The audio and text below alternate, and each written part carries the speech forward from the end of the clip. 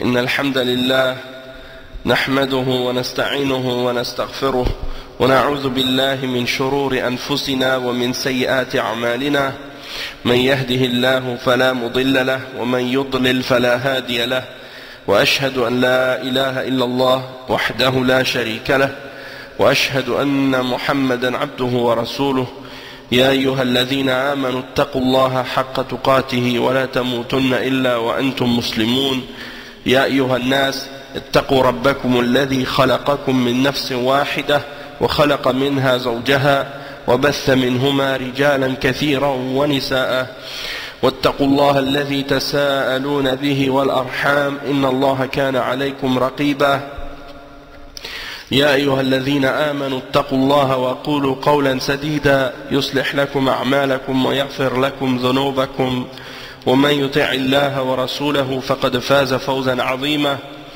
أما بعد إن خير الكلام كلام الله وخير الهدي هدي محمد صلى الله عليه وسلم وإن شر الأمور محدثاتها وكل محدثة بدعة وكل بدعة ضلالة وكل ضلالة في النار أما بعد. Donc on commence aujourd'hui le cours numéro 8. La semaine passée je me suis trompé dans les numéros. J'avais dit le cours 9 mais c'était le cours 8 finalement. Donc on commence le cours numéro 8 dans l'explication du livre Kitab al-Kaba'ir du Cheikh Mohammed ibn Abdul Wahhab rahimahullah. Puis on est donc dans bien entendu l'explication de Cheikh Saleh al-Fawzan de ce livre, le Sharh de Cheikh Saleh al-Fawzan. Le titre du chapitre qu'on commence aujourd'hui c'est Babun Zikr al-Ya's min rawhillahi wal-amn min makrillahi wal-amni min makrillahi. Naam. Donc ça veut dire quoi? Le chapitre qui fait la mention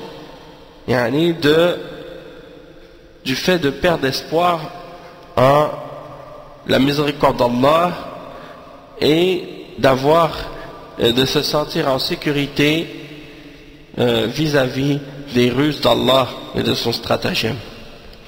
Donc le fait de perdre espoir en Allah et de se sentir en sécurité vis-à-vis de ses ruses, de son stratagème.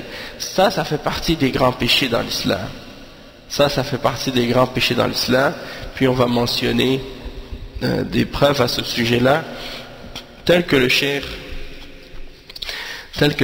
Mohammed ibn Abdul Wahhab les a mentionnées dans son livre Al-Kaba'ir. Le cheikh il a cité deux versets pour commencer. Le verset 87 dans Surat Yusuf. Il dit وَقَوْلُ اللَّهِ تَعَالَى إِنَّهُ لَا يَيْأَسُ مِنْ رَوْحِ اللَّهِ إِلَّا الْقَوْمُ الْكَافِرُونَ وَقَوْلُهُ تَعَالَى فَلَا يَأْمَنُ مَكْرَ اللَّهِ إِلَّا الْقَوْمُ الْخَاسِرُونَ. Non. Donc, qu'est-ce que signifie le verset? Le verset signifie et ne désespérez pas de la miséricorde d'Allah, ce sont seulement les gens mécréants qui désespèrent de la miséricorde d'Allah. Ce sont seulement les gens mécréants qui désespèrent de la miséricorde d'Allah. Donc il ne faut pas perdre espoir en la miséricorde d'Allah. Et l'autre verset qui est le verset 99 dans Surat Al-A'raf, Allah subhanahu wa ta'ala il dit qu'est-ce qui signifie? Et nul ne se sent en sécurité du stratagème d'Allah, ou de la ruse d'Allah subhanahu wa ta'ala, excepté les peuples qui ont perdu, les peuples qui sont dans la perdition. Et ça on a dit c'est le verset 99. Donc sont-ils à l'abri du stratagème d'Allah? Afa aminu makrallah. Seuls les gens perdus se sentent à l'abri du stratagème d'Allah. Et ça c'est le verset 99 dans Surat Al-A'raf, c'est un verset qui vient à la suite des versets 96 à 98. Et les versets en question disent وَلَوْ أَنَّ أَهْلَ الْقُرَى آمَنُوا وَاتَّقَوْا لَفَتَحْنَا عَلَيْهِمْ بَرَكَاتٍ مِّنَ السَّمَاءِ وَالْأَرْضِ وَلَكِنْ كَذَّبُوا فأخذناهم بما كانوا يكسبون أفأمن أهل القرى أن يأتيهم بأسنا بياتا وهم نائمون أو أمن أهل القرى أن يأتيهم بأسنا ضحى وهم يلعبون أفأمنوا مكر الله فلا يأمن مكر الله إلا القوم الخاسرون. C'est-à-dire, Allah subhanahu wa ta'ala dit ce qui signifie: si les habitants des cités avaient cru et avaient été pieux, nous leur aurions certainement accordé des bénédictions du ciel et de la terre. Mais ils ont démenti, c'est-à-dire ils ont renié, et nous les avons donc saisis pour ce qu'ils avaient acquis. Les gens des cités sont-ils sûrs, sont-ils en sécurité que notre châtiment rigoureux ne les atteindra pas la nuit pendant qu'ils sont endormis? Les gens de la cité sont-ils en sécurité? Sont-ils sûrs, ou se sentent-ils en sécurité que notre châtiment rigoureux ne les atteindra pas le jour pendant qu'ils s'amusent? Sont-ils à l'abri de la ruse d'Allah? Seuls les gens perdus se sentent à l'abri du stratagème d'Allah, ou de la ruse d'Allah. Donc ça c'est les deux versets en question, ou bien plutôt la fin du verset, le verset 99. Ça c'est dans Surat Al-A'raf. Ensuite, le cheikh Mohammed ibn Abdul Wahhab, il a cité un hadith dans la Sunnah. Et il dit عن ابن مسعود رضي الله عنه قال أكبر الكبائر الإشراك بالله والأمن من مكر الله والقنوط من رحمة الله واليأس من روح الله رواه عبد الرزاق. Donc ça c'est pas un hadith, c'est une parole de Abdullah ibn Abbas, Abdullah ibn Mas'ud, pardon. C'est une parole de Abdullah ibn Mas'ud radiyallahu anhu, qui est rapportée par Abd al-Razzaq dans Al-Musannaf. Et il dit wa akhrajahu ابن أبي حاتم عن ابن عباس رضي الله عنهما مرفوعا ولفظه سئل ما الكبائر فقال الإشراك بالله والأمن من مكر الله واليأس من روح الله. نعم. Donc cette parole de Abdullah ibn Mas'ud, c'est quoi? C'est que le plus grand des grands péchés, c'est le shirk avec Allah, c'est-à-dire le fait d'associer avec Allah subhanahu wa ta'ala. Ensuite, al-amnu min makrillah, c'est-à-dire de se sentir en sécurité vis-à-vis de la ruse d'Allah, de son stratagème. Wal-qunutu min rahmatillah, c'est-à-dire de perdre espoir en la miséricorde d'Allah. Wal-ya'su min rawhillah, donc c'est ça, de perdre espoir en la miséricorde d'Allah. Et ça c'est rapporté par Al-Musannaf de l'imam, dans Al-Musannaf de l'imam Abd al-Razzaq As-San'ani. Et il est également rapporté selon Ibn Abi Hatim dans son tafsir, et il dit que c'est selon Ibn Abbas qu'il a rapporté du prophète sallallahu alayhi wa sallam, qu'il a dit: on a demandé quels sont les kaba'ir, qu'est-ce que les kaba'ir? Et il a répondu: c'est al-ishraku billah, c'est-à-dire de faire le shirk avec Allah, c'est-à-dire d'adorer autre avec Allah, ou d'autres que Allah. Ensuite il a dit wal-amnu min makrillah, c'est-à-dire de se sentir de se sentir en sécurité par rapport au stratagème d'Allah. Wal-ya'su min rawhillah, c'est-à-dire de perdre l'espoir en la miséricorde d'Allah. Donc le Cheikh Al-Fawzan, il va expliquer maintenant ces versets et ces hadiths. Cheikh Al-Fawzan, il dit: بوّب الإمام رحمه الله بهذين الأمرين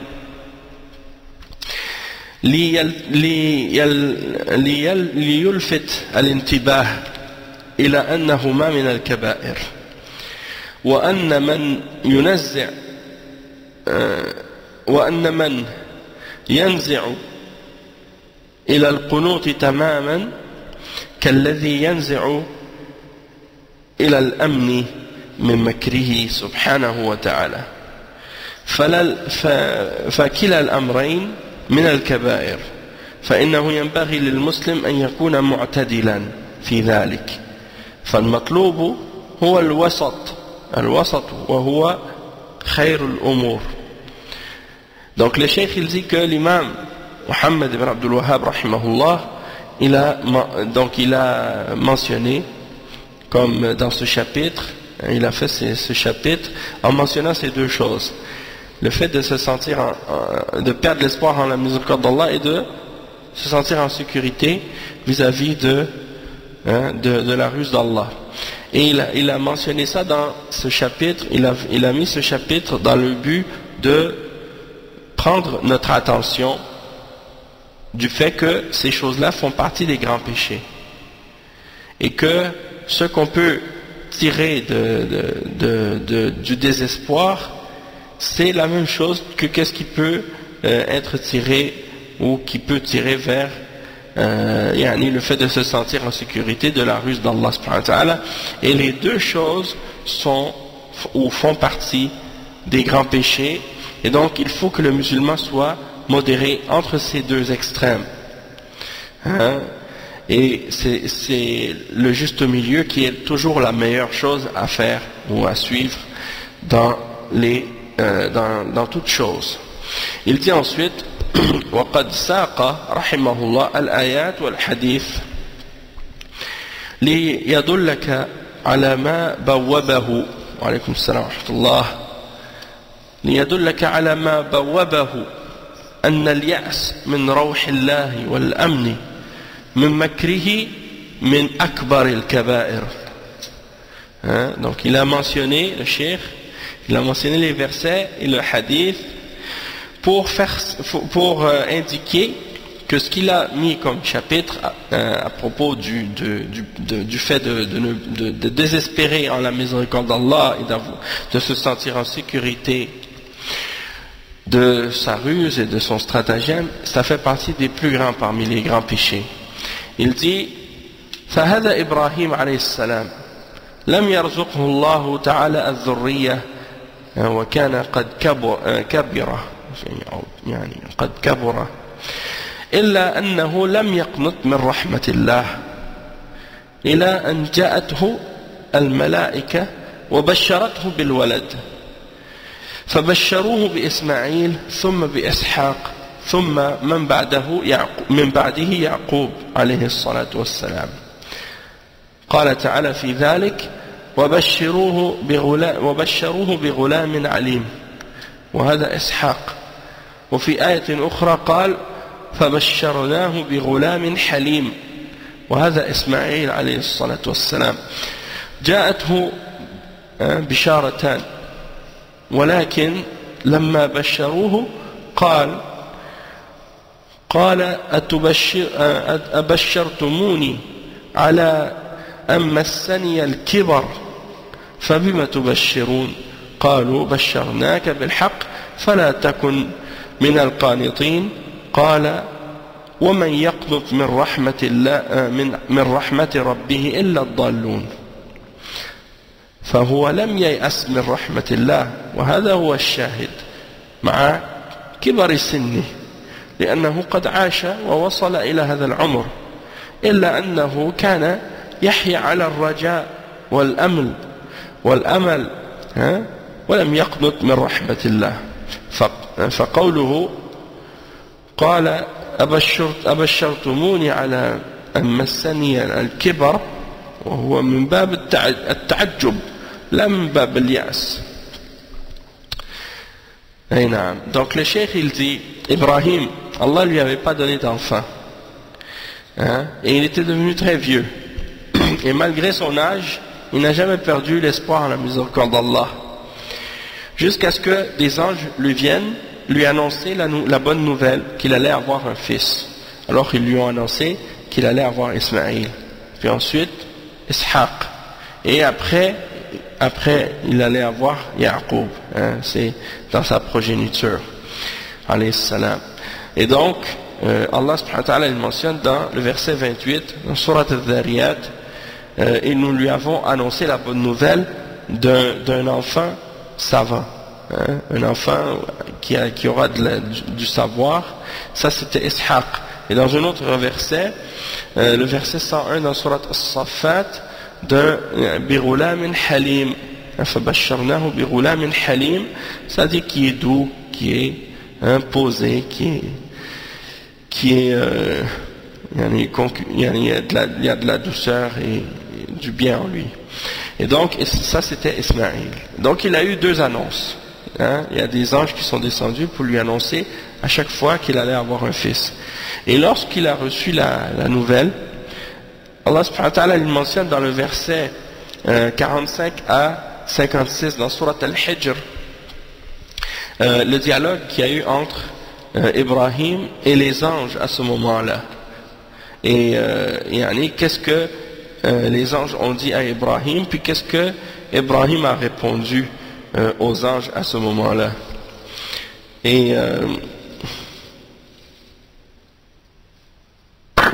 c'est dans Surat al-Hijr.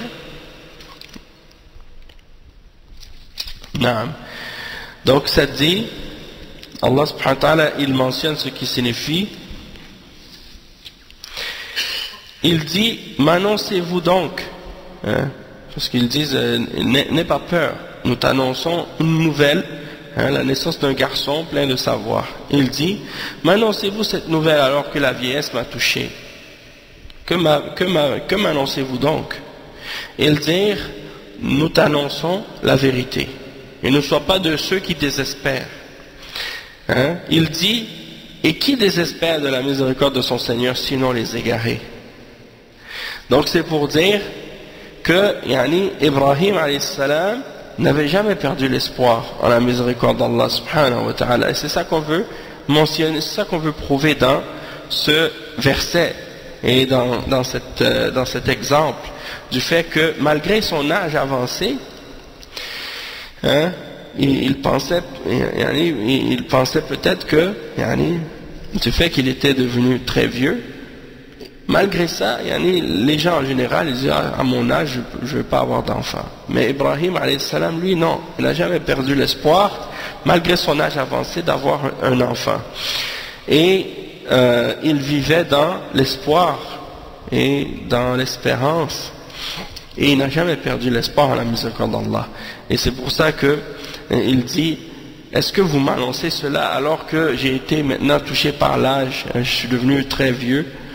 Il n'a pas dit ça dans le sens qu'il avait un doute, hein, ou qu'il avait perdu l'espoir, mais dans le sens qu'il était étonné que ça vienne à cet âge-là.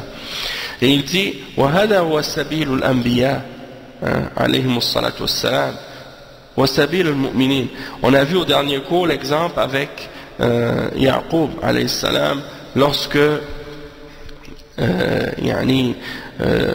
ils ont donné l'exemple avec Yaqub alayhi salam quand il avait perdu ses fils, hein, Yusuf et Benyamin.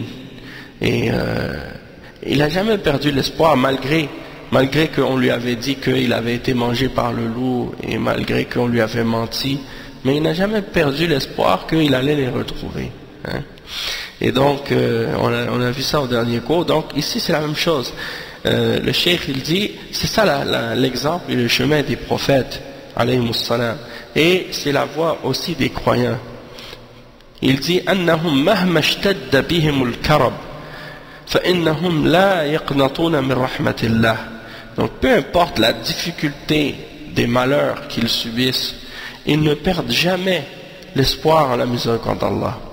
في حين أنه وللأسف هناك الكثير من الناس في وقتنا هذا يعيشون على خلاف هذا السبيل الذي سار عليه الأنبياء عليهم الصلاة والسلام فتراهم يقولون إن الإسلام قد قضي عليه وإن المسلمين لا طاقة لهم بقتال الكفار الذين ملكوا الدنيا فهم يملكون الأسلحة الفتاكة متناسين أن الإسلام له رب ينتصر له وأن الدنيا دول وأن الله مع المتقين وأن العاقبة كذلك للمتقين وأنه مهما أوتي الكفار من قوة فإنهم إلى زوال وأن الإسلام دين الله هو الباقي وأن المسلمين باقون بحول الله وقوته ولهم العاقبة في الدنيا والآخرة. Donc le cheikh il dit, et ça c'est la voie des prophètes comme on a dit, ils perdent jamais l'espoir. Et malgré que tu vois aujourd'hui, malheureusement, beaucoup de gens à notre époque qui vivent contraire, d'une façon qui est contraire à la voie de ces prophètes et de ces croyants, hein, que suivaient ils contredisent l'exemple et la voie des prophètes dans cette question de mettre leur espoir en Allah. Et donc il dit, tu vois que aujourd'hui, subhanallah, tu les entends, tu les vois, ils disent, ah l'islam ça y est, l'islam c'est fini, c'est-à-dire ils ont réussi à détruire l'islam, hein. Les ennemis de l'islam ont réussi à finir l'islam et à écraser l'islam, surtout avec ce qui se passe actuellement, avec toute l'image sale, hein, qu'on essaie de donner à l'islam, avec le terrorisme et avec tout ce qui se passe dans les médias, les actes de terrorisme de la part de certains groupes d'égarements. Donc les gens disent, ah ça y est maintenant, les gens vont jamais vouloir savoir rien de l'islam, et l'islam ça y est, personne n'a plus confiance aux musulmans, des choses de ce genre. Et le cheikh ils disent que les musulmans, ça y est, ils ont été dépassés par l'Occident, ils ont été dépassés par les kuffars. Les kuffars, les kuffars, ils ont conquis le monde entier, et ils ont des armes destructrices, qui sont puissantes. On ne sera jamais capable d'avoir le dessus. Les musulmans vont jamais être capables d'avoir le dessus sur les kuffars. Et le cheikh il dit, ils oublient que l'islam, elle a un seigneur, un Rabb, un Dieu qui le défend et qui le supporte. Hein? Allah subhanahu wa ta'ala, c'est sa religion et il supporte sa religion. Et que la dunya, c'est, hein, comme il dit, do'alun. C'est-à-dire que la dunya, elle n'est pas comme ça rectiligne, hein? Comme si l'histoire là, elle s'en va pas comme ça en ligne droite. C'est ça. Ça monte, ça descend. Ça monte, ça descend.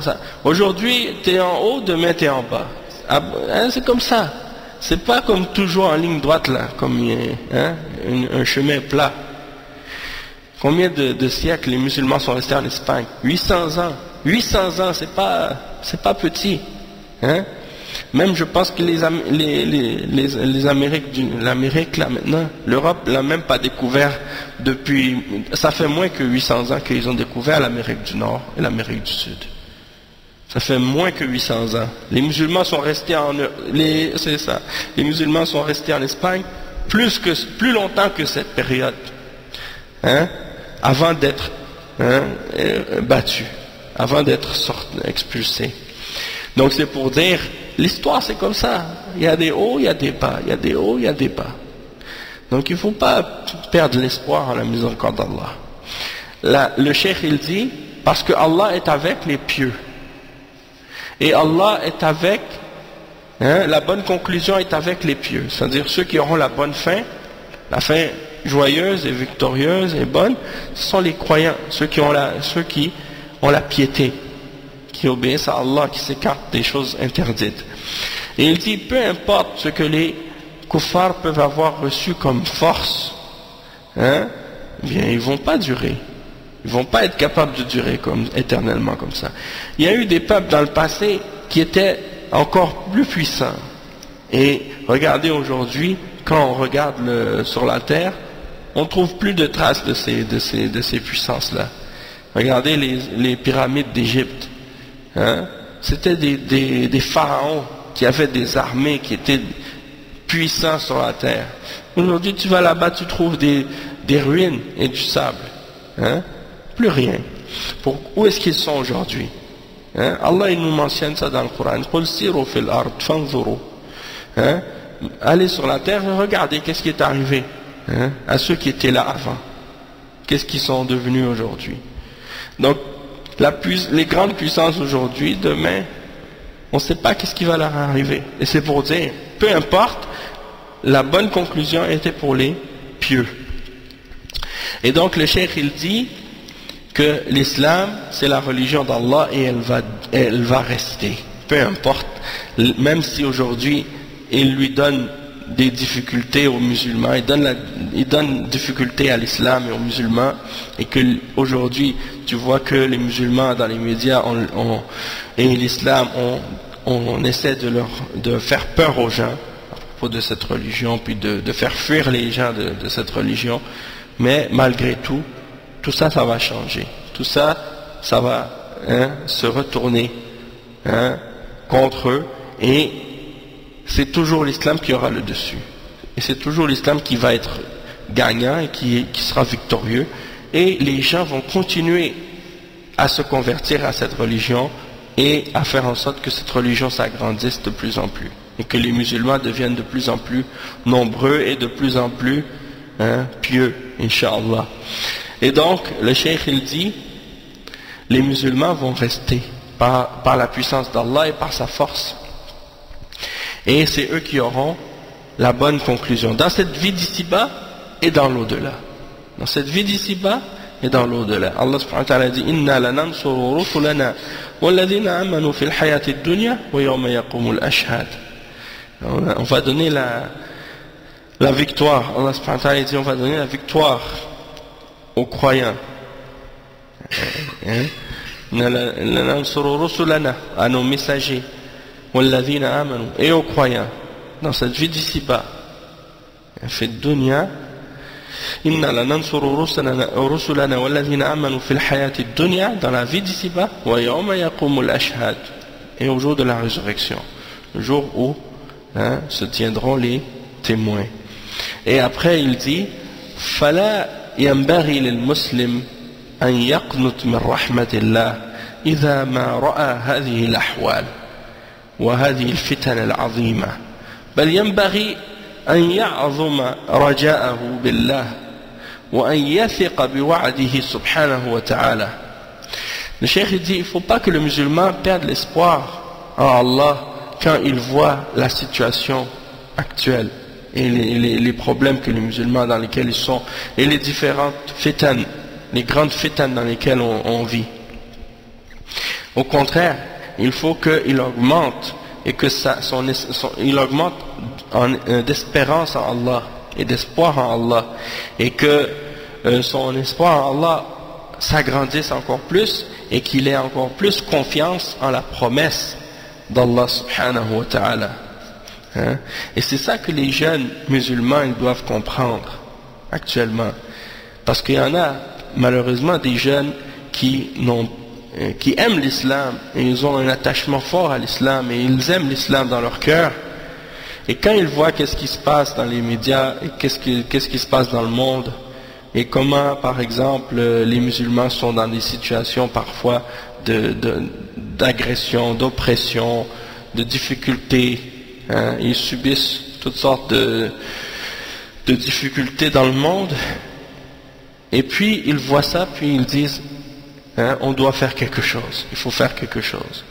Et étant donné qu'ils ne savent pas quoi faire, parce qu'ils n'ont pas de science, et ils n'ont pas cherché à apprendre leur religion correctement avec les ulama de l'islam, donc ils cherchent par n'importe quel moyen qu'est-ce qu'ils peuvent faire, puis ils sortent avec des solutions qu'ils ont inventées eux-mêmes, et c'est là que tu les vois tomber dans l'extrémisme, dans le terrorisme et dans des choses de ce genre.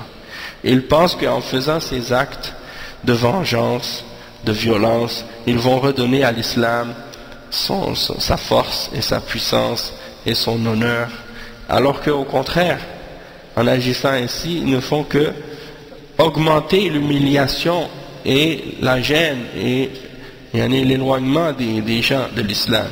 Donc la solution c'est pas de faire ça, mais c'est plutôt, comme le cheikh il explique, de mettre notre confiance en Allah subhanahu wa ta'ala, d'augmenter notre espoir en Allah subhanahu wa ta'ala en se rapprochant d'Allah par, premièrement, la connaissance de l'islam, du Coran et de la Sunna, du tawhid, et des principes de la aqidah et des règles de la religion, en s'écartant du haram, en faisant ce que Allah nous ordonne et en respectant nos engagements et nos paroles et en restant honnête, et puis en mettant notre confiance en Allah, et la conclusion et la bonne fin appartiendra aux pieux. Le cheikh il dit وهكذا ينبغي أن يكون حال المؤمن دائما فالمسلمون اليوم وإن كانوا في حالة ضعف وعدوهم في حالة قوة ولا يقدرون على قتاله فإنهم ينتظرون اليوم الذي تدور فيه الدائرة على الكفار ويحصل النصر للإسلام والمسلمين وذلك على الله وما ذلك على الله بعزيز. Ça c'est important. Allah subhanahu wa ta'ala, il nous éprouve, il nous met à l'épreuve par la puissance, par la force et par la faiblesse aussi.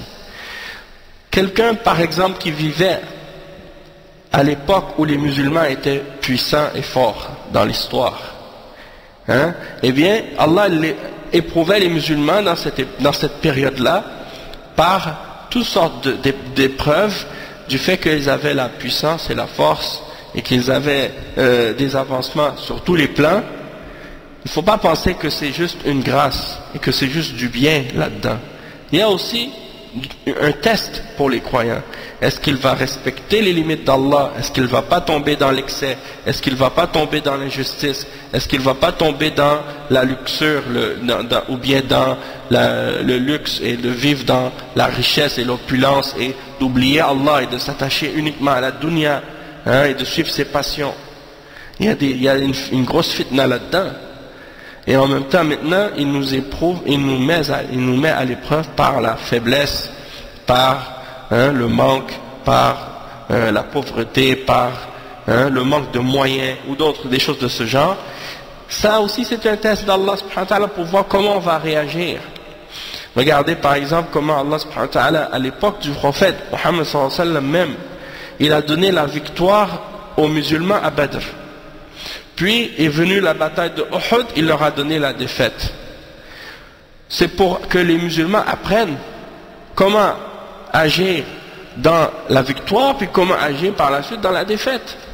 Et il y a des leçons dans la victoire, puis il y a des leçons pour nous aussi dans la défaite. Et peut-être que parfois les leçons qu'on peut tirer dans nos défaites sont plus grandes que les leçons qu'on peut tirer dans nos victoires. Et parfois on ne réalise pas ça. Mais dans le fait d'avoir eu cette défaite à l'époque dans la bataille de Uhud, eh bien les croyants ont appris beaucoup de choses dans leur foi et dans leur iman. Et tu ne peux pas savoir comment ta foi est et comment tu es par rapport à ta foi, excepté lorsque Allah te met à l'épreuve.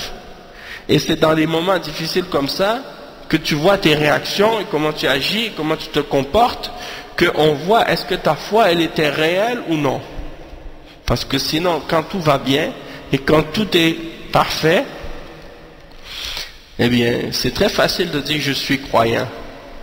Mais quand il y a des difficultés, des épreuves, c'est là qu'on voit réellement où est-ce qu'elle est ta foi et est-ce qu'elle est réelle. Allah subhanahu wa ta'ala il dit dans le Coran, dans Surat Al-Ankabut, أَحَسِبَ النَّاسُ أَن يُتْرَكُوا أَن يَقُولُوا آمَنَّا وَهُمْ لَا يُفْتَنُونَ وَلَقَدْ فَتَنَّا الَّذِينَ مِنْ قَبْلِهِمْ فَلَيَعْلَمَنَّ اللَّهُ الَّذِينَ صَدَقُوا وَلَيَعْلَمَنَّ الْكَاذِبِينَ. Est-ce que les gens pensent qu'on va les laisser dire nous croyons et qu'ils ne vont pas être mis à l'épreuve? Nous avons testé ceux qui étaient là avant eux pour savoir lesquels d'entre eux ont été véridiques et lesquels d'entre eux étaient menteurs. Donc c'est pour dire tout ça c'est des épreuves. Et donc le cheikh il dit c'est comme ça que le croyant doit toujours être. Et les musulmans aujourd'hui, même s'ils sont dans un état de faiblesse et que leur ennemi est dans un état de force, et qu'ils ne sont pas capables de combattre cet ennemi-là, eh bien ils doivent attendre jusqu'au jour où il y aura un revers des choses contre les kuffars. Et à ce moment-là, la victoire sera à l'islam et aux musulmans. Et ça, c'est pas difficile pour Allah. Regardez le peuple de Moussa alayhi salam. Le peuple de Moussa alayhi salam, ils étaient esclaves en Égypte, sous les pharaons.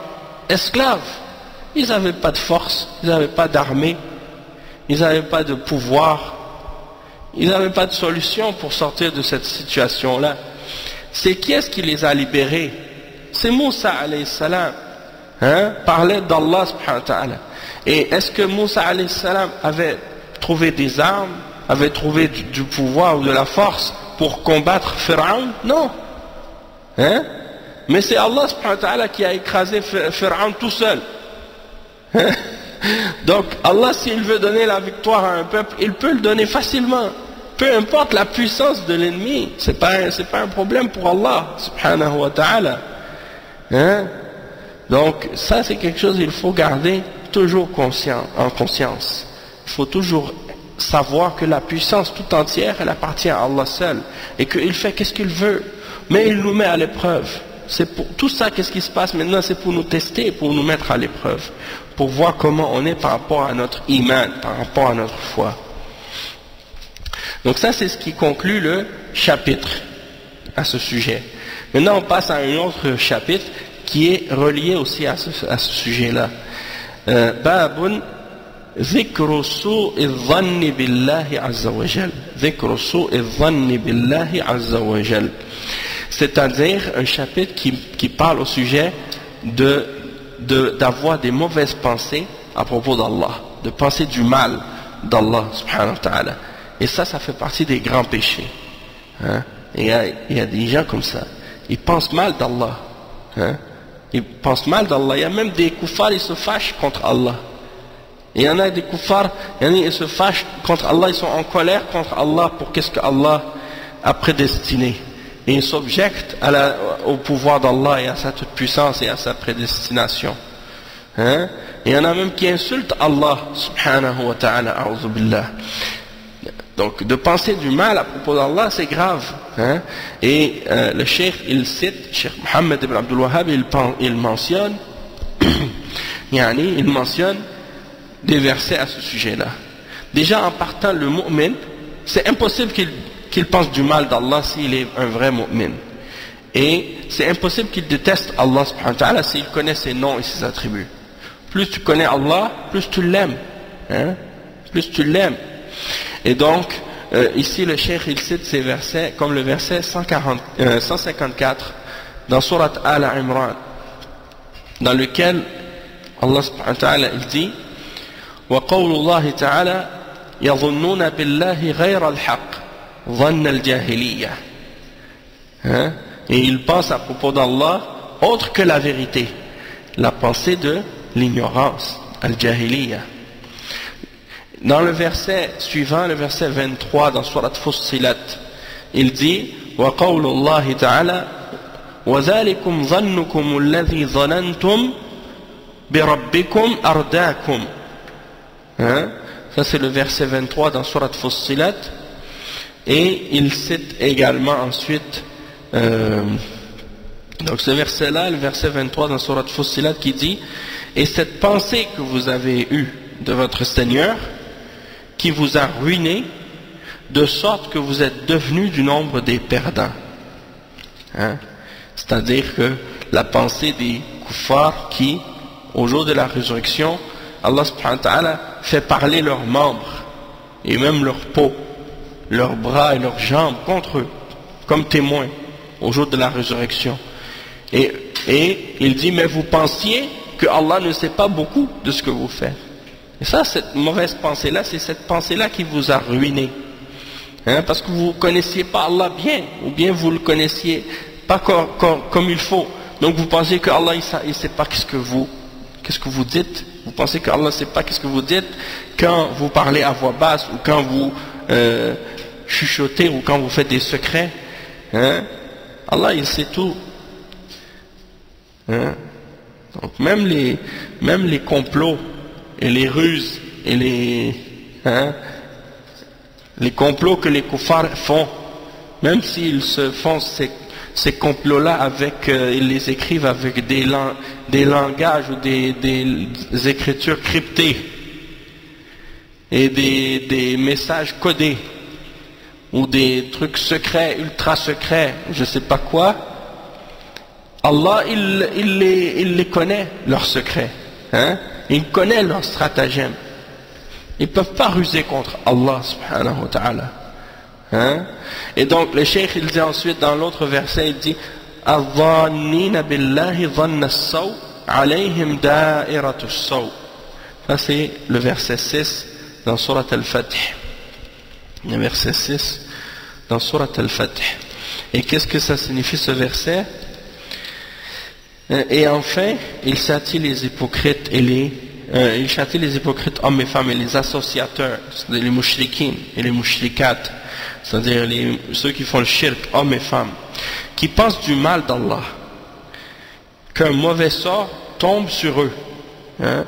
Comme si en voulant dire que eux, parce qu'ils pensent du mal d'Allah, Allah dit que le mal tombe sur eux, et Allah est courroucé contre eux, c'est-à-dire il est en colère contre eux et les a maudits et il leur a préparé l'enfer, et quelle mauvaise destination.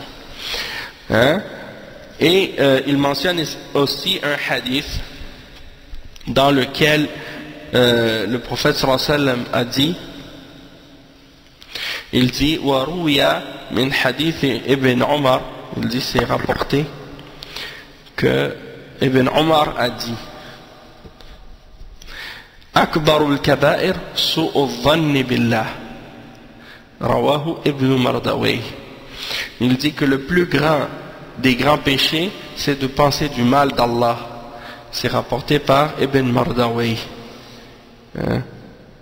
Et Ibn Kathir, il l'a mentionné dans son tafsir, il l'a attribué, ou il a dit qu'il est rapporté par Ibn Mardawayh. Bon. Ou bien Ibn Mardouya. Bon. Qu'est-ce que le Cheikh Al-Fawzan a dit là-dessus? Il dit ومن الكبائر سوء الظن بالله عز وجل ومن ذلك عند الموت وقد قال صلى الله عليه وسلم لا يموتن أحدكم إلا وهو يحسن الظن بالله. Donc le cheikh il dit un des plus grands péchés c'est de penser du mal à propos d'Allah Azza wa Jal. Et il dit ça c'est surtout au moment de la mort.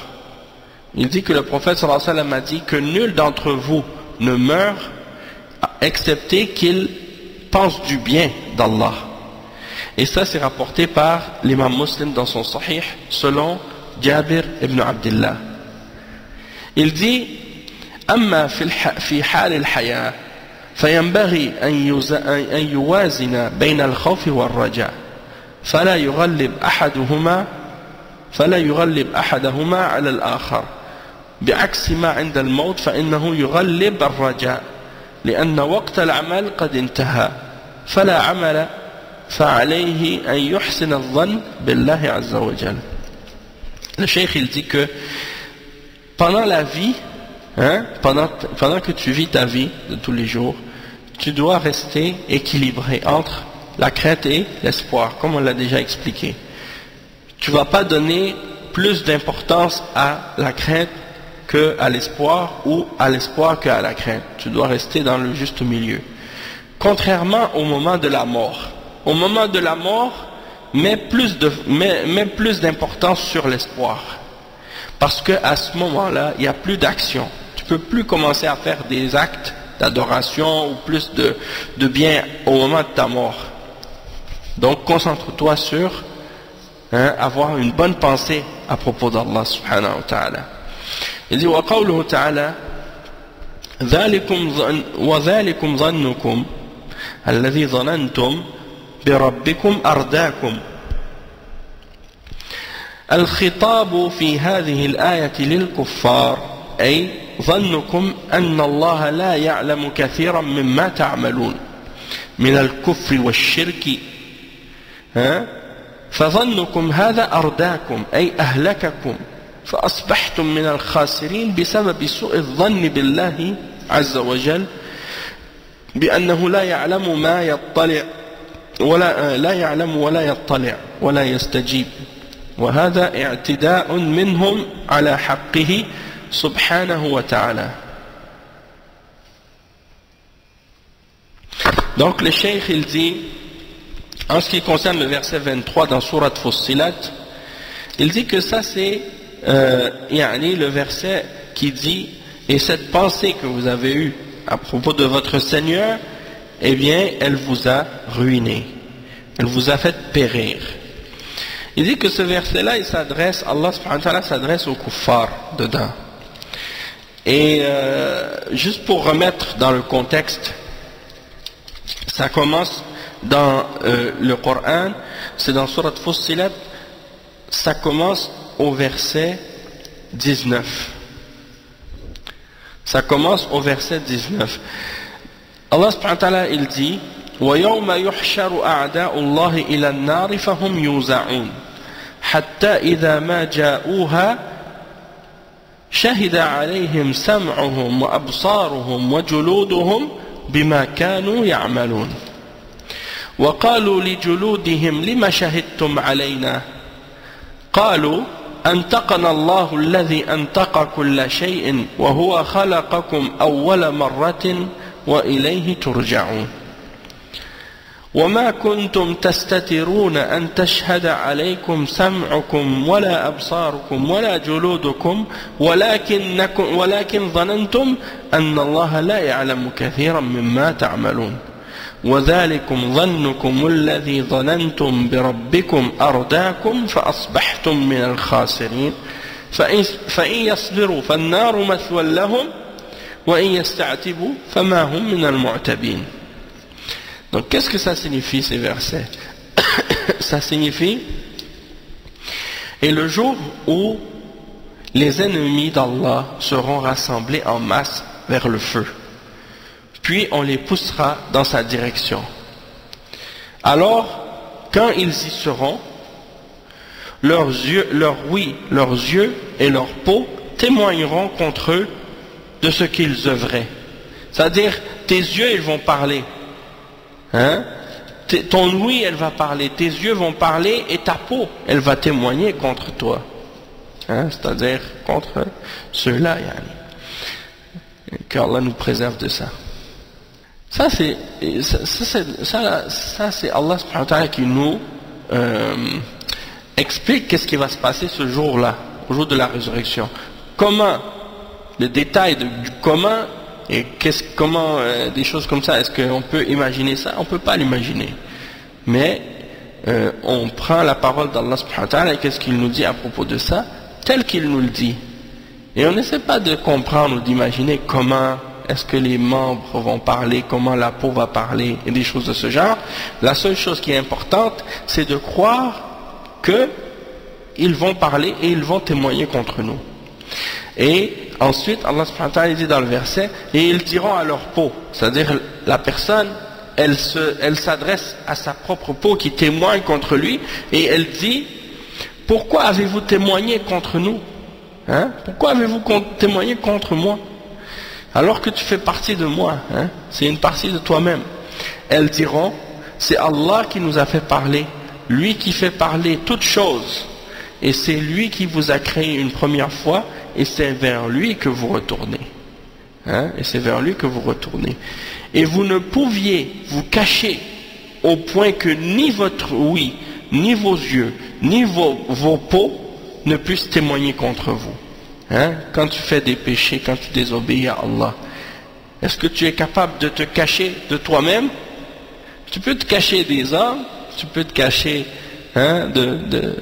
des autres personnes, mais tu ne peux pas te cacher de toi-même, et encore moins d'Allah subhanahu wa ta'ala. Donc la personne qui va dire non, j'ai pas fait ce péché-là, j'ai pas fait ça, ce jour-là, ta peau même va témoigner contre toi, tes yeux, ton ouïe, hein, tes membres vont témoigner, tu ne peux pas te cacher, hein, tu ne peux pas nier. Et il dit, Allah subhanahu wa ta'ala dit, mais vous pensiez qu'Allah ne savait pas beaucoup de ce que vous faisiez. Et c'est cette pensée que vous avez eue de votre Seigneur qui vous a ruiné, de sorte que vous êtes devenus du nombre des perdants. S'ils endurent, le feu sera leur lieu de séjour, et s'ils cherchent à s'excuser, ils ne seront point excusés. Hein? Donc ça c'est l'exemple de mauvaise pensée, de penser du mal à propos d'Allah, ou de penser que Allah il sait pas qu'est-ce qu'on pense, ou qu'est-ce qu'on dit, ou qu'est-ce qu'on fait.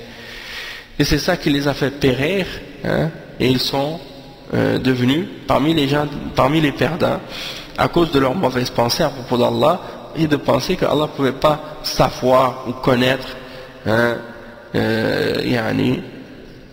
qu'est-ce qu'ils pensent, qu'est-ce qu'ils disent. Et ça c'est bien entendu une transgression de leur part contre le droit d'Allah subhanahu wa ta'ala.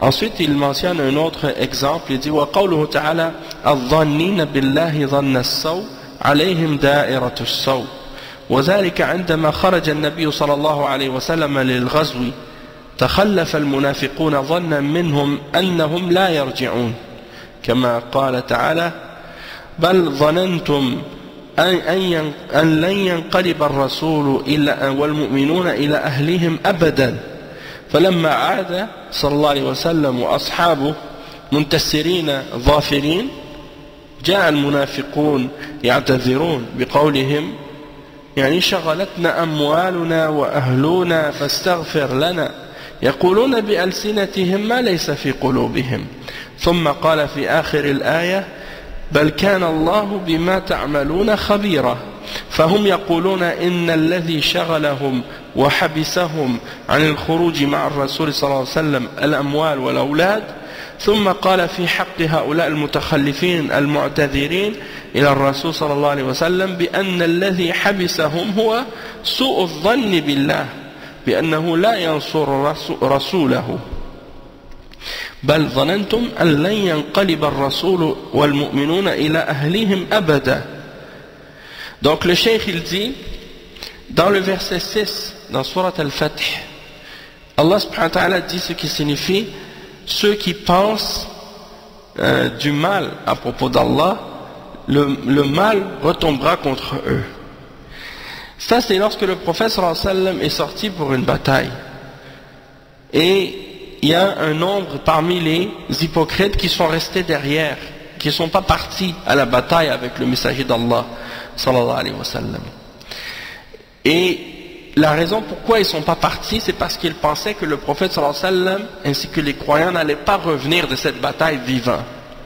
Hein? Ils se sont dit, le messager, Allah subhanahu wa ta'ala dit dans le Coran, à propos des munafiqin, à propos de ces hypocrites, vous pensiez que le messager et les croyants n'allaient plus revenir vers leur famille, n'allaient plus jamais revenir vers leur famille. C'est-à-dire, ils ont dit, eux les munafiqin, les hypocrites, ils se disaient, ça y est, c'est fini, eux ils s'en vont à la mort là, ils vont plus jamais revenir. Le messager et les croyants ne vont plus jamais revenir. C'est ça qu'ils pensaient. Hein? Mais lorsque le prophète sallallahu alayhi wa sallam est revenu victorieux, hein, eh bien là, les hypocrites sont venus vers le prophète sallallahu alayhi wa sallam, commencer à s'excuser. On a été occupés par nos familles, par nos biens, on n'a pas pu venir avec toi. Et Allah subhanahu wa ta'ala dit, et ils disent avec leur langue ce qui n'est pas dans leur cœur. Puis dans un autre verset, hein, il dit, ثم قال في آخر الآية, à la fin du verset, Allah subhanahu wa ta'ala dit, mais Allah, hein, est très bien informé de ce que vous faites. Vous pouvez mentir aux messagers, sallallahu alayhi wa sallam, vous pouvez mentir aux croyants, mais vous ne pouvez pas mentir à Allah subhanahu wa ta'ala. Donc il disait, ce qui nous a préoccupés et empêchés, hein, de partir avec le messager d'Allah sallallahu alayhi wa sallam, c'est nos biens et nos enfants. Puis ils ont dit à propos, Allah subhanahu wa ta'ala a dit à propos de ceux qui sont restés derrière et qui cherchaient des excuses auprès du prophète sallallahu alayhi wa sallam, hein, il leur a dit que ceux qui les avaient retenus pour de vrai, c'était pas leurs biens et leurs enfants, mais plutôt c'était leur mauvaise pensée d'Allah en disant qu'il pensait que le prophète sallallahu alayhi wa sallam n'allait pas avoir la victoire et qu'il n'allait plus jamais revenir. Il dit, le cheikh, بل ظننتم, il explique le verset, بل ظننتم أن لن ينقلب الرسول والمؤمنون إلى أهلهم أبدا, أي وددتم هلاك الرسول صلى الله عليه وسلم وأصحابه واعتقدتم أنهم لن يعودوا سالمين وتمنيتم أن يستأصلهم عدوهم فهم بظنهم هذا ظنوا ظن السوء وكانوا قوما بورا. فبين سبحانه وتعالى أن الذي أقعدهم عن الجهاد إنما هو سوء الظن بالله وظنوا أن الرسول صلى الله عليه وسلم وأصحابه لن يستطيعوا قتال الكفار وهزيمتهم وأنهم بعددهم القليل لن يرجع منهم أحد. Donc le cheikh il dit, et vous pensiez, il explique le verset 12 dans Surat Al-Fath qui dit, et vous pensiez que le messager n'allait pas revenir, ainsi que les croyants vers leur famille. C'est-à-dire, le cheikh explique, il dit, c'est-à-dire vous avez souhaité, vous auriez souhaité et vous auriez aimé que le messager et ses compagnons périssent. Et vous pensiez qu'ils n'allaient pas revenir sains et saufs. Et vous avez espéré que leurs ennemis, c'est-à-dire les ennemis des croyants, les anéantissent et les exterminent. Donc, cette mauvaise pensée que vous avez eue, c'était la mauvaise pensée que vous avez eue, et vous avez été un peuple bourra, c'est-à-dire vous avez été un peuple qui je vais trouver la traduction exacte de ce terme. وَكُنْتُمْ قَوْمًا بُورًا. نعم. كُنْتُمْ قَوْمًا بُورًا, des gens perdus. Et vous faites des gens perdus. Donc, c'est ça qu'est-ce qui leur arrivé. Ils ont été déçus. Subhanallah, ils pensaient, ça y est, ils vont partir, ils vont rencontrer l'ennemi, ils vont plus jamais revenir, les musulmans. Et il dit, c'est ça qui les a retenus de partir pour le djihad à ce moment-là, parce qu'ils pensaient du mal d'Allah. Et ils ont pensé que le messager, sallallahu alayhi wa sallam, ainsi que ses compagnons, ils n'allaient pas être capables de battre cet ennemi-là. Pour eux, l'ennemi était trop fort. Et ils ont cru que ça y est, c'était fini. Et qu'ils étaient peu nombreux, donc ils n'allaient jamais revenir. Et le cheikh il dit, فَقَدْ تَبَيَّنَ مِنْ هَذَا أَنَّ سُوءَ الظَّنِّ بِاللَّهِ إِنَّمَا هُوَ كَبِيرَةٌ مِنْ كَبَائِرِ الذُّنُوبِ ولهذا ينبغي للمسلم أن يكون دائما حسن الظن بربه وأنه مهما بلغت سيئاته وتعظمت ذنوبه لا بد له أن يدرك أن باب التوبة مفتوح وأن الله يقبل توبة العبد إذا تاب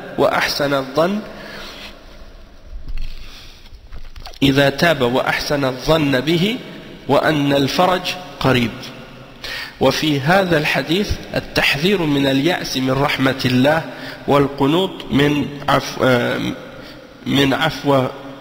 والقنوط من عفوه وفيه الحث على الرجاء وخاصة عند دنو الأجل وعند الشدائد والكربات. Donc le cheikh il dit, et on peut comprendre ici, il devient clair ici que d'avoir une mauvaise pensée d'Allah c'est un grand péché parmi les grands péchés, et que le croyant il doit toujours penser du bien de son Seigneur, et que peu importe les péchés qu'il a fait, même si ces péchés sont énormes, qu'il a fait des péchés immenses, il faut qu'il sache que la porte de la repentance elle est toujours ouverte, et que Allah accepte la repentance de son serviteur lorsqu'il se repent et qu'il pense du bien de lui. Et il doit savoir aussi que la délivrance, elle est proche. La délivrance, elle est proche. Il dit, et dans ce hadith, il y a un avertissement contre également le fait de perdre l'espoir en la miséricorde d'Allah, contre le fait de désespérer de sa grâce, et également une incitation à avoir de l'espoir en Allah, et en particulier au moment où la fin de notre vie approche, au moment de la mort. Bien entendu, c'est pas dans tous les cas que, c'est-à-dire que il y a des gens qui meurent, ils s'y attendent à l'avance parce qu'ils savent, soit ils sont malades ou ils ont des situations, la vieillesse ou des choses comme ça, ils savent que le temps est proche, donc ils se préparent. Il y en a qui meurent une mort subite, ils ne s'étaient pas préparés, soit à cause d'un accident, soit comme ça subitement, ils n'avaient pas eu le temps de se préparer à la mort. Donc il faut toujours être prêt. Il faut toujours être prêt. Et c'est pour ça qu'il faut toujours être vigilant avec notre foi, notre religion, parce qu'on ne sait pas quand est-ce qu'on peut mourir. Mais par contre, si quelqu'un a une mort il la sent venir, puis il la voit venir, il a le temps de se préparer, donc de se repentir, d'avoir une bonne pensée d'Allah, de se repentir de ses péchés, d'essayer de se corriger à la fin de sa vie. Ça, c'est une grande miséricorde. Et le cheikh, il dit aussi, c'est ça, que lorsqu'il y a des malheurs qui approchent aussi, tu dois augmenter ton espoir en Allah subhanahu wa ta'ala. Le cheikh, il met ensuite dans le chapitre, il a cité d'autres paroles du prophète sallallahu alayhi wa sallam.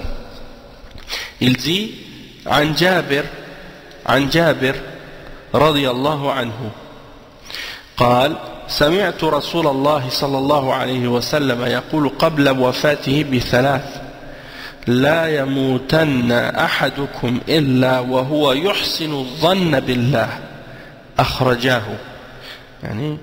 Donc le cheikh il dit, c'est rapporté selon Jabir qui dit, j'ai entendu le messager d'Allah sallallahu alayhi wa sallam dire 3 jours avant sa mort que nul d'entre vous ne meurt excepté qu'il pense du bien de son Seigneur, qu'il pense du bien d'Allah. Et ça c'est rapporté par Muslim, c'est rapporté par l'imam Muslim. Et il dit وزاد ابن أبي الدنيا فإن قوما أرادهم سوء أرداء نعم فإن قوما أرداهم سوء ظنهم بالله فقال تبارك وتعالى وذلكم ظنكم الذي ظننتم بربكم أرداكم فأصبحتم من الخاسرين. Il dit que Ibn Abi Dunya, un des savants de l'islam, il a rajouté à cette parole parce que il y a des gens qui ont été perdus, qui ont péri à cause de leurs mauvaises pensées à propos d'Allah. Puis il a cité le verset 23 dans Surat Fussilat, qu'on a lu tout à l'heure. Et il dit, le Cheikh Al-Fawzan, il explique ça, il dit وَمِنَ الْكَبَائِرِ يعني من الكبائر سوء الظن بالله وهذه الصفة إنما وصف الله بها المنافقين في غير ما آية. وذكر أن الشيطان يدخل إلى بعض القلوب المريضة أن الله لا يريد الخير لعبده وأنه سيعذبه ولا يقبل توبته إلى غير ذلك من الوسواس التي يخزل بها بعض أصحاب القلوب المريضة فيقنط العبد من رحمة الله ويجعله ييأس من روح الله وهذا يعد كبيرة من كبائر الذنوب القلبية. Donc le cheikh il dit que parmi les grands péchés, donc de penser du mal à propos d'Allah. Et cette caractéristique, c'est ce que Allah subhanahu wa ta'ala a utilisé pour décrire les hypocrites dans plusieurs versets dans le Coran.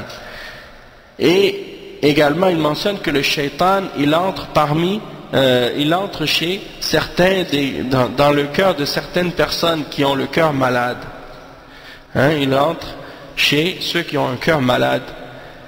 Hein, que Allah ne veut pas du bien à son serviteur.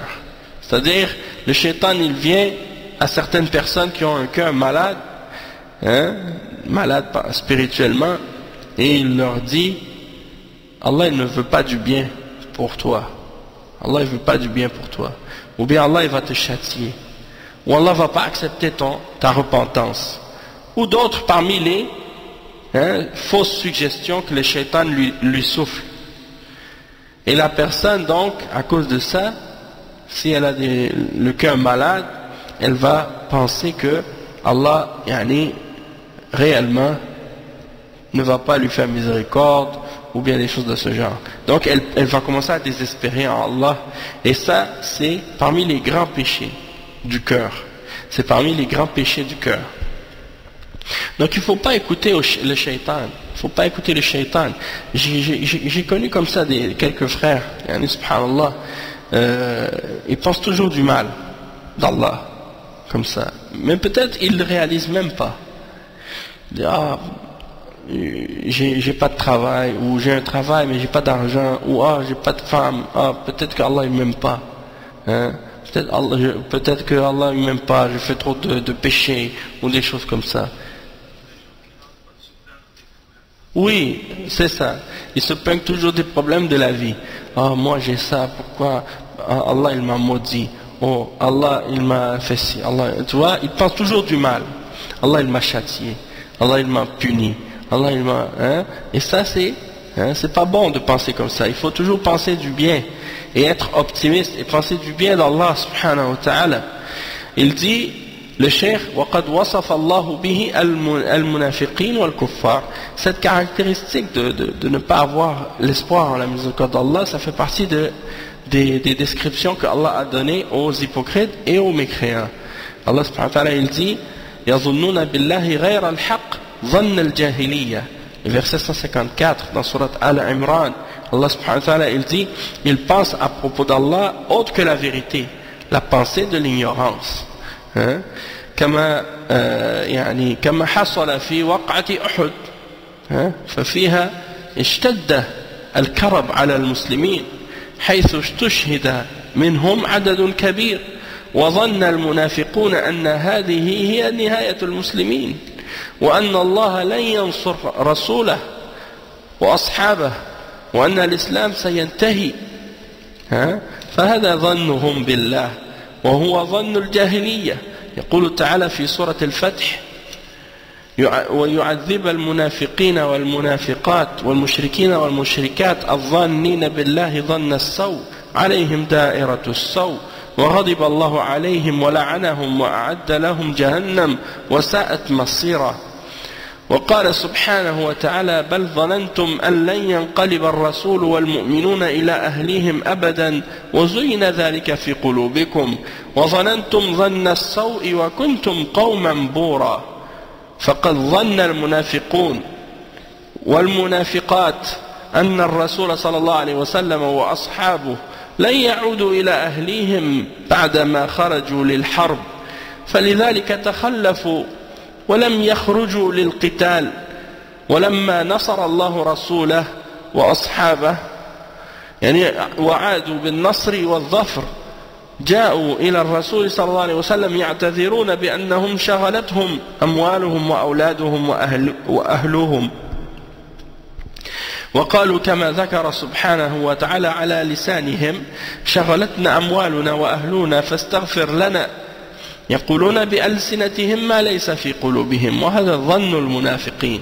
Donc le cheikh il dit, comme c'est arrivé dans la bataille de Uhud, lorsque les musulmans ont eu une défaite, c'est-à-dire qu'il y a eu dans la bataille beaucoup de malheurs pour les musulmans et que même un grand nombre d'entre les musulmans ont été martyrs, ils sont morts martyrs dans cette bataille. Donc il y a eu beaucoup de morts chez les musulmans. Et les hypocrites, à ce moment-là, ils ont cru que c'était la fin des musulmans, que c'était fini. Et que Allah n'allait pas donner la victoire à son messager et à ses compagnons. Sallallahu alayhi wa sallam. Donc, le cheikh il dit, ils ont pensé que l'islam allait finir. Et ça c'est parce qu'ils pensaient du mal à propos d'Allah subhanahu wa ta'ala. Ça c'est la pensée de l'ignorance, la pensée de la jahiliya. Donc c'est ça, souvent les gens ils pensent négativement. Même quand les musulmans ils essaient de faire un projet pour l'islam ou quelque chose pour la religion d'Allah, il y en a toujours qui sont pessimistes. Ils pensent du mal. Ah, ça va pas marcher. Ah, ils vont pas réussir. Ah, ils vont pas pouvoir tenir cette chose. Ah, ils vont pas avoir le succès. Ils vont... A'oudhu billah. Donc ça, c'est de mauvaises pensées à propos d'Allah. Non, c'est très important. Et c'est des choses que des fois on réalise même pas. On est en train de désespérer, puis on réalise même pas qu'on désespère. Et donc le cheikh il explique que dans Surat Al-Fatih par exemple le verset 6, Allah subhanahu wa ta'ala dit, Allah châtie les hypocrites hommes et femmes et les mushrikines hommes et femmes qui pensent du mal à propos d'Allah, que le mal retombe sur eux, et Allah est en colère contre eux et les a maudits, et il a préparé pour eux l'enfer. Et quelle mauvaise destination. Le verset 6 dans Surat Al-Fatih.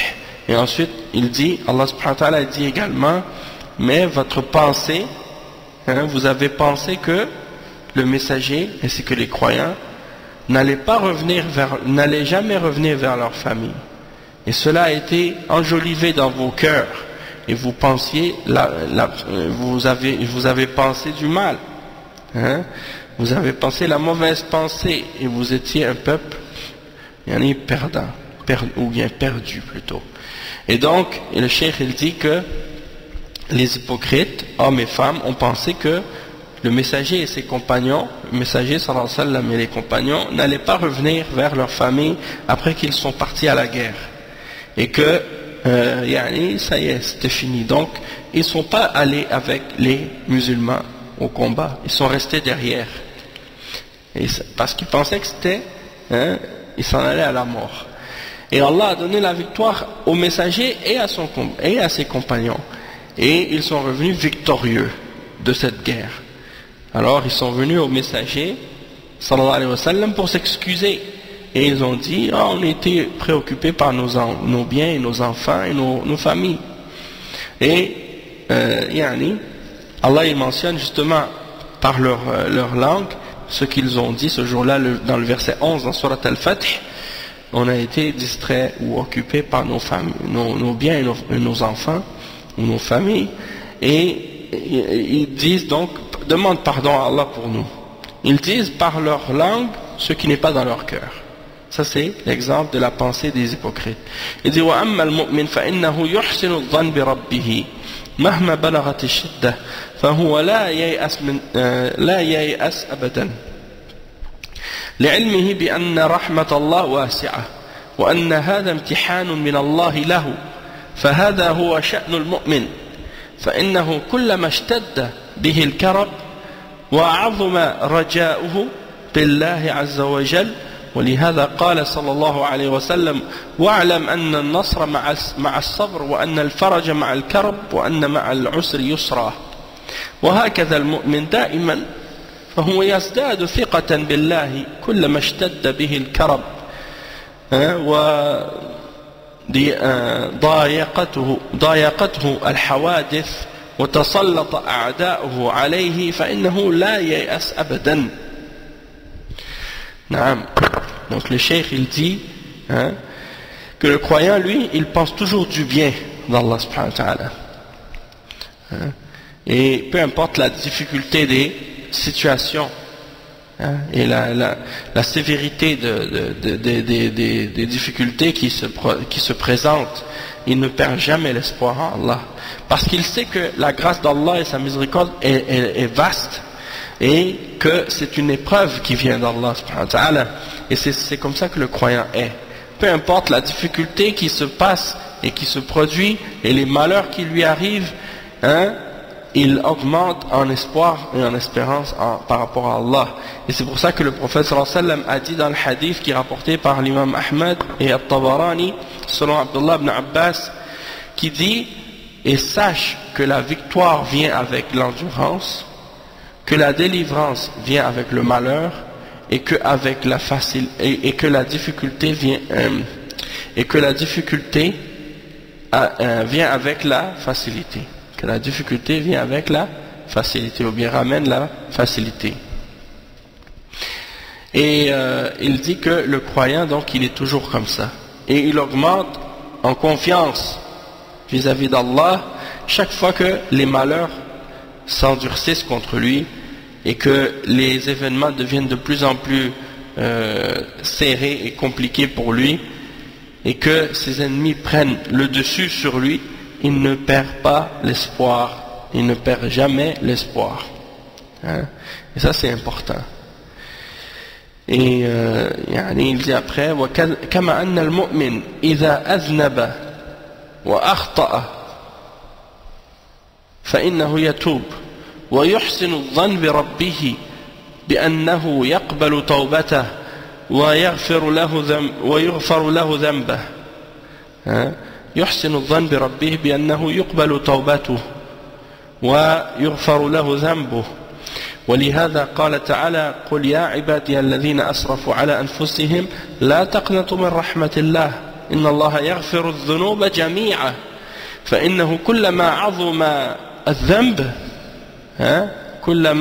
الذنب علم المؤمن بأن عفو الله عظيم. Donc le cheikh il dit que le croyant, lorsqu'il fait une erreur ou un péché, il se repent à Allah et il pense du bien de son Seigneur et que Allah va accepter sa repentance et lui pardonner son péché. Il ne va pas penser le contraire. Il ne va pas dire: oh, Allah il va jamais me pardonner, Allah il va jamais m'effacer ce péché-là, il va jamais accepter ma repentance. Non. Hein? Et il dit, Allah subhanahu wa ta'ala mentionne dans le verset 53 dans Surat Az-Zumar: dis à mon serviteur, dis ô mon serviteur, ceux qui ont transgressé, qui ont dépassé les limites contre eux-mêmes, contre leur âme, ne perdez pas l'espoir, la miséricorde d'Allah. Certes, Allah pardonne tous les péchés et il est pardonneur et miséricordieux. Donc il dit, peu importe la gravité du péché que quelqu'un peut commettre, il doit savoir, le croyant doit savoir que le pardon d'Allah est grand. Le pardon d'Allah est grand. Parce qu'il y a des gens qui pensent que le péché est plus grand que le pardon d'Allah. Non, il n'y a pas un péché qui est plus grand que le pardon d'Allah. Il n'y a pas un péché qui est plus grand que le pardon d'Allah. Donc tout péché que quelqu'un a fait, s'il se repent, Allah va lui pardonner. Le cheikh il dit: فَإِذَا تَابَ الْمُسْلِمْ تَابَ اللَّهُ عَلَيْهِ مَهْمَا كَانَ ذَنْبُهُ. Si le croyant il se repent à Allah, Allah va accepter sa repentance, peu importe son péché, peu importe son péché. بل حتى لو تاب العبد غير المسلم فإن الله يتوب عليه ويدخله الجنة في رحمته. Même le kafir, celui qui n'est pas musulman, s'il se repent à Allah de son kufr et de son shirk et qu'il devient croyant, musulman, Allah va lui pardonner son péché. Et en passant, est-ce qu'il y a un péché plus grave que le kufr ou le shirk? Non. Il n'y a pas de péché plus grave que le shirk ou le kufr. Et ça, c'est des choses que les gens oublient.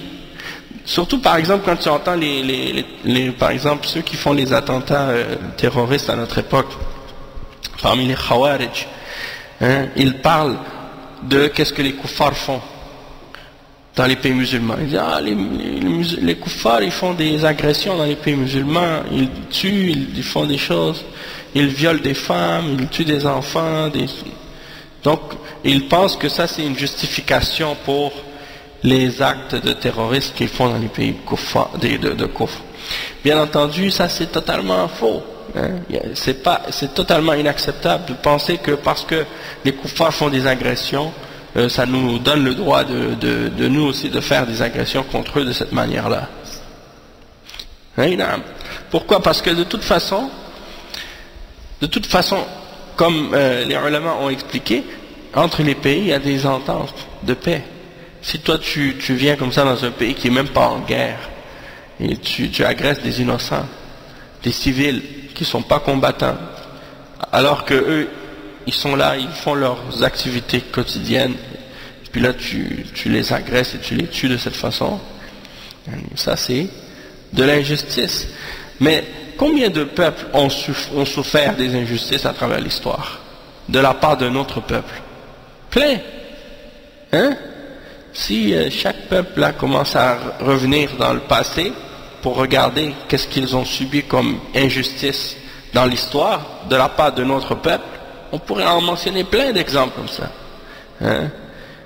Et donc si par exemple, comme par exemple les Amérindiens au Canada ou aux États-Unis, les Africains ou les esclaves d'Haïti ou d'Amérique qui ont subi beaucoup d'injustices de la part des Européens dans l'esclavage, ou d'autres peuples comme ça.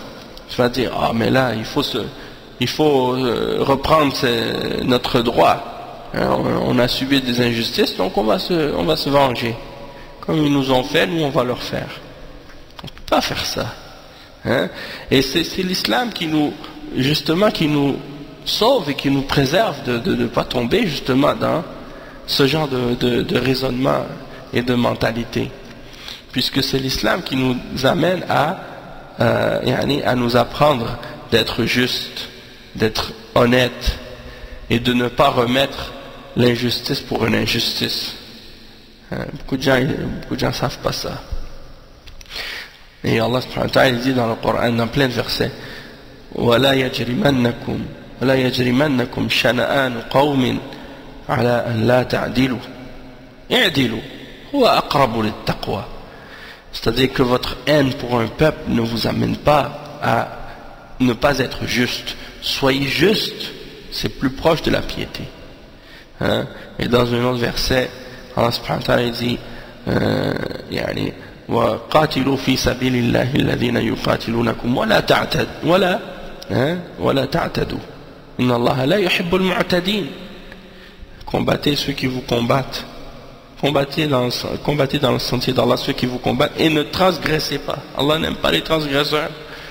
Dans le tafsir du verset, Allah subhanahu wa ta'ala, dans le tafsir de ce verset, les ulama ils ont mentionné que, c'est-à-dire que vous ne devez pas transgresser dans le sens que vous ne devez pas tuer les femmes, ne pas tuer les enfants, ne devez pas tuer les vieillards, vous ne devez pas tuer les moines, les prêtres, tous ceux qui ne sont pas des combattants, qui ne participent pas au combat, vous n'avez pas le droit de les tuer. Vous n'avez pas le droit de détruire les arbres. Vous n'avez pas le droit de... Il y a plein d'explications comme ça détaillées là, sur ces questions-là. Est-ce que ces Khawarij aujourd'hui respectent quoi que ce soit de ça? Jamais. Mais pourtant, subhanallah, quand tu vois par exemple, tu leur demande à ces jeunes qui parlent comme ça, de façon émotive, qu'est-ce qui est plus grave parmi les péchés ou les égarements, ou les choses mauvaises et les injustices que font les kuffars? Qu'est-ce qui est plus grave? Est-ce que c'est leur shirk, le fait de faire le shirk avec Allah et le kufr, ou bien l'injustice qu'ils ont fait à d'autres peuples? Qu'est-ce qui est plus grave entre les deux? Le fait d'associer avec Allah, de faire le shirk, ou bien d'avoir fait de l'injustice à un autre peuple et d'avoir fait des agressions ou des choses de ce genre? Pour Allah, qu'est-ce qui est plus grave? Le shirk. Inna Allah la yaghfiru an yushraka bih wa yaghfiru ma duna dhalika liman yasha. Le shirk qu'ils font est plus grave comme péché que toutes les transgressions qu'ils ont pu faire et les agressions qu'ils ont pu faire à un autre peuple. Pourtant, eux, ils ne se mettent pas en colère pour le shirk et pour leur kufr. Ils se mettent en colère juste pour les agressions et ils prennent ça comme excuse pour eux-mêmes devenir transgresseurs. contre un autre peuple et de dépasser la limite d'Allah et de faire de l'injustice et de tuer les innocents. Ça aussi c'est une transgression, c'est une agression. Et en plus de se suicider, et ça c'est un autre crime, et un grand péché dans l'islam, de prendre sa propre vie. Et les ulama ont interdit de faire ça. Mais pour eux, étant donné que le tawhid c'est pas très important pour eux, ils ne comprennent pas la religion comme il faut. Allah musta'an. Ça ne veut pas dire que les agressions que les kuffars ou les injustices que les kuffars ont fait, ça ne veut pas dire que ça n'a pas d'importance pour nous. Non, c'est des choses qu'on condamne, qu'on déteste, mais en même temps, le shirk est plus grave que ça. C'est pour ça que les prophètes, quand ils ont appelé les peuples à Allah, ils ont concentré leur da'wa sur le tawhid en premier, pas sur les questions d'injustice et des trucs de ce genre. Non, mais il y a des kuffars aussi qui ont cette même mentalité-là. Plein de kuffars qui pensent de cette façon-là, la même manière que les khawarij, et même que plusieurs d'entre les khawarij, ils prennent leurs idéologies de ces kuffars, parmi les socialistes et les communistes et les matérialistes, et tous ces gens qui ont des idéologies humanistes comme ça, des fois ils disent les gens qui ont fait subir à d'autres peuples dans l'histoire des injustices, c'est normal, ils ont le droit de se venger, c'est justifié, et ils essaient de justifier ça. A'udhu billah.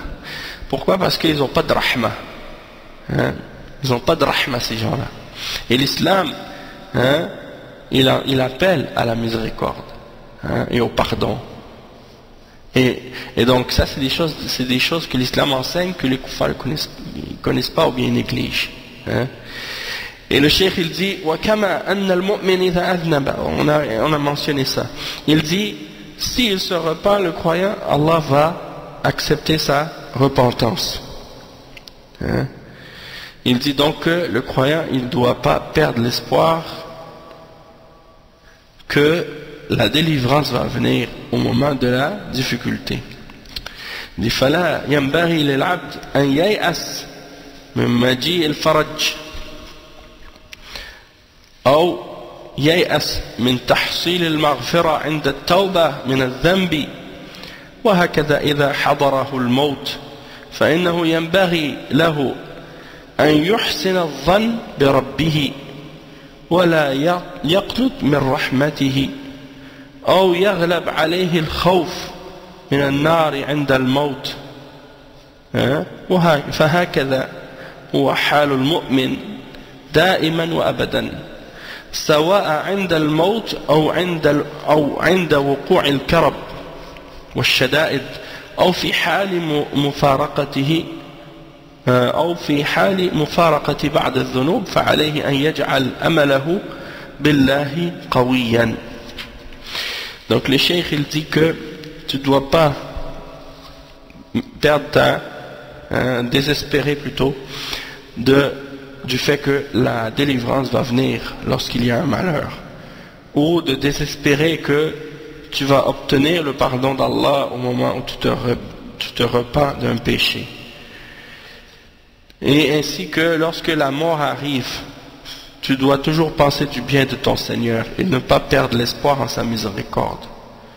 Ou bien, il dit que tu dois mettre plus d'emphase, ou d'importance, de mettre plus d'emphase ou d'importance sur la crainte de l'enfer au moment de la mort. Non, tu dois pas faire ça. C'est l'espoir qu'on met en avant au moment de la mort et non pas la crainte. Il dit وَهَكَذَا هُوَ حَالُ الْمُؤْمِنِ. Le croyant, il est toujours comme ça. Peu importe que ce soit au moment de la mort ou lorsqu'il y a des difficultés ou bien lorsqu'il se repent de certains péchés, il met son espoir en Allah. Et son espoir en Allah doit être fort.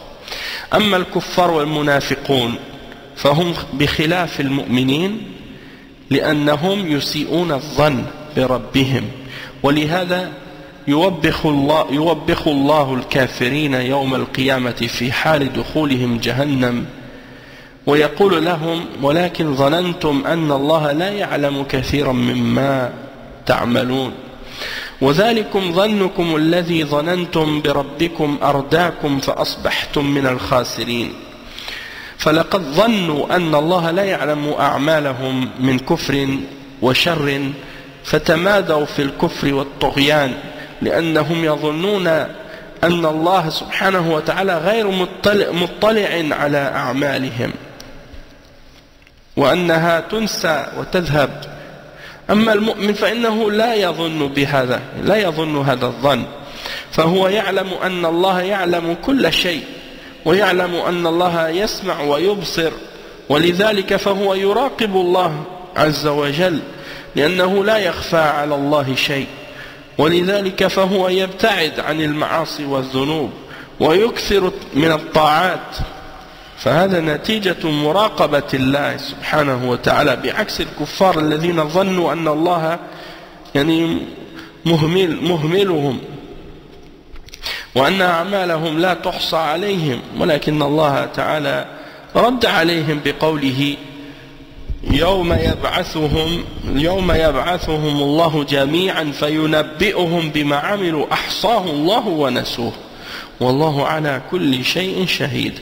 Donc le cheikh il dit, tandis que les mécréants et les hypocrites, contrairement aux croyants, ils pensent du mal de leur Seigneur, et Allah subhanahu wa ta'ala les blâme dans le Coran au jour de la résurrection, au moment où ils rentrent dans l'enfer, et il leur dit mais vous avez pensé que Allah ne savait pas beaucoup de ce que vous faites, et cette pensée que vous avez eue à propos de votre Seigneur vous a ruiné, et donc vous êtes devenus parmi les perdants.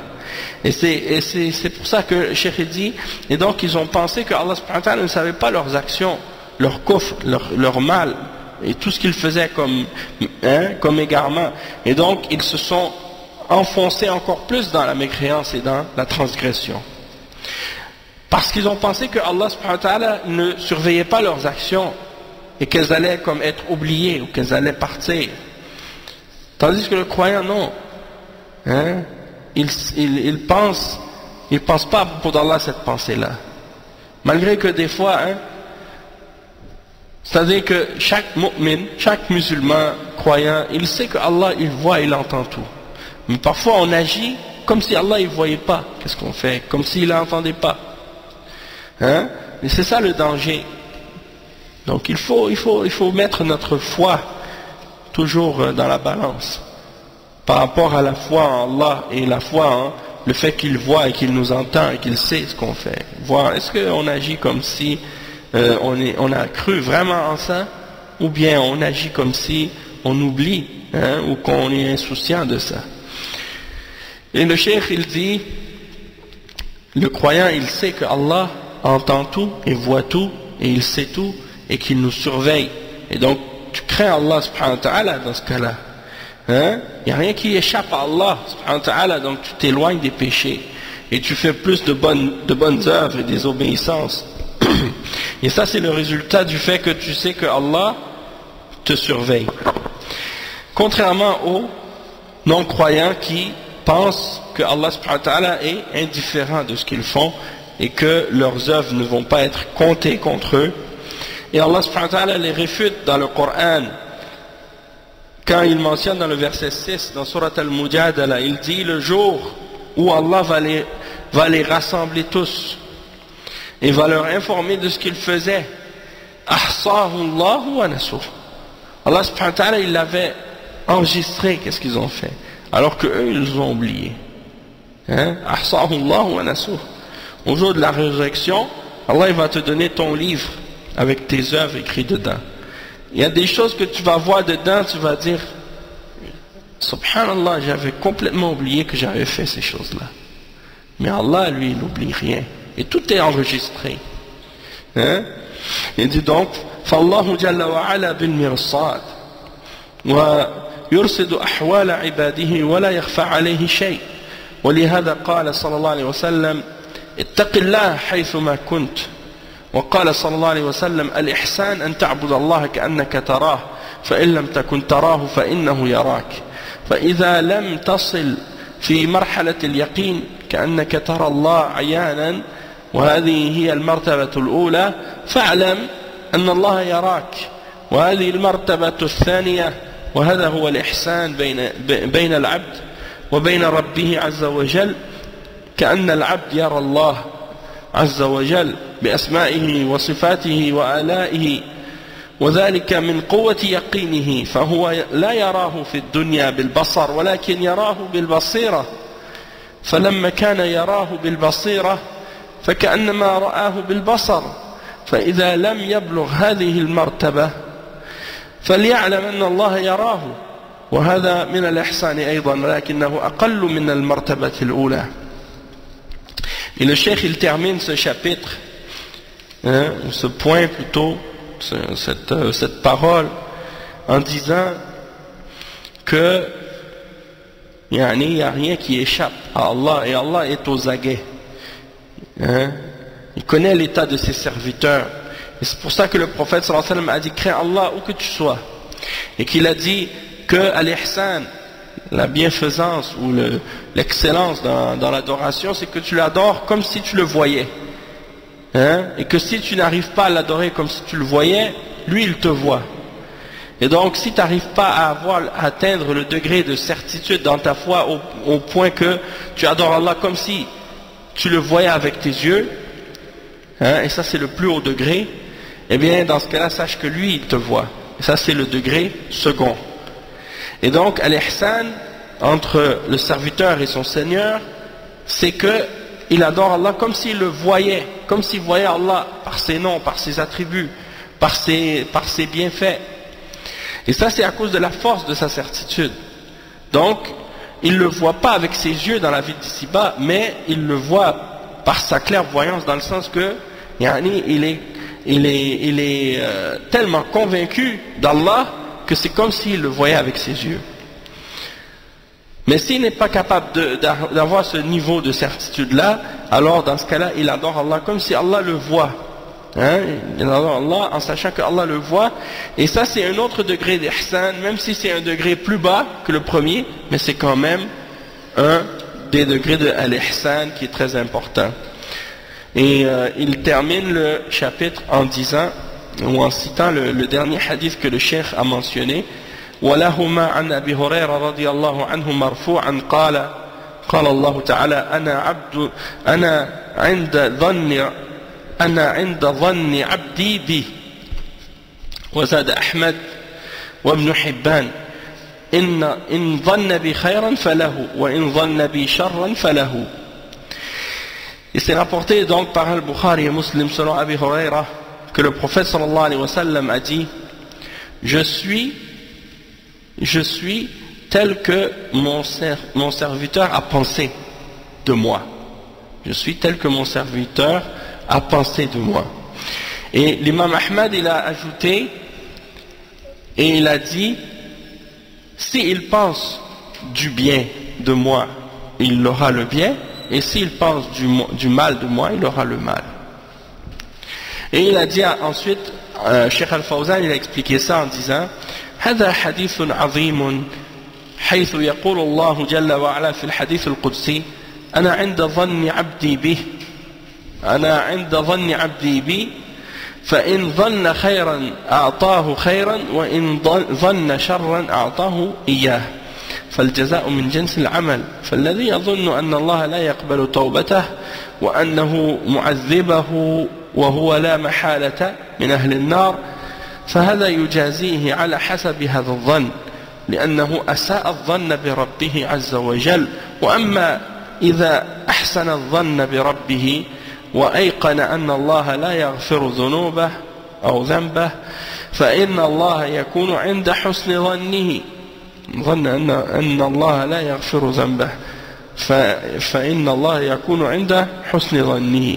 ومعنى الحديث أن الله يعامل العبد على حسن ظنه ويفعل به ما يتوقعه من خير أو شر، والمراد الحث على تغليب الرجاء على الخوف وحسن الظن بالله والتحذير من اليأس والقنوط والحث على حسن الرجاء.